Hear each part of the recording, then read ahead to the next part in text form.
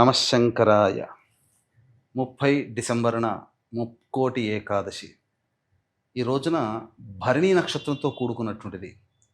జాతకరీత్యా సకలమైనటువంటి యమబాధలు తొలగాలన్నా, కష్టములు నివారణ అవ్వాలన్నా, యముడు నక్షత్రాధిపతిగా ఉన్నటువంటి భరణి నక్షత్రం రోజున ముక్కోటి ఏకాదశి రోజు వచ్చింది కాబట్టి, ఈ రోజున బ్రహ్మముహూర్త కాలంలో లేచి కాలకృత్యాదులన్నీ తీర్చుకొని చక్కగా ఆవు నేతితో దీపారాధన చేసి లక్ష్మీనారాయణుని యొక్క చిత్రపటానికి పసుపు రంగు పూలమాల వేసి విష్ణు సహస్రనామ పారాయణము, లక్ష్మీ సహస్రనామ పారాయణము చేసి అప్పుడు బెల్లం పాయసం వీలైతే నైవేద్యంగా పెట్టండి, లేదా దానిమ్మ పళ్ళు ఆవు పాలు నైవేద్యంగా పెట్టండి.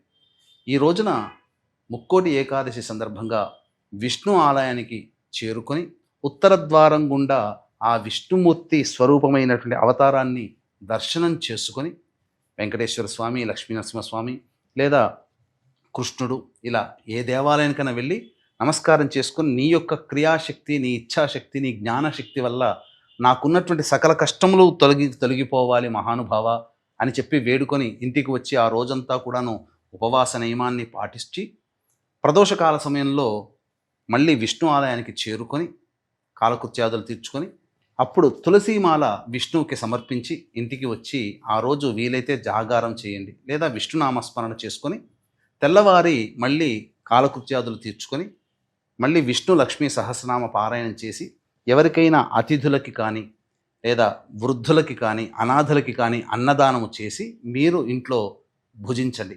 ఈ కారణం చేత మీకున్నటువంటి సకల దోషాలు తొలగిపోతాయి అని చెప్పడంలో ఏమాత్రం సందేహం లేదు.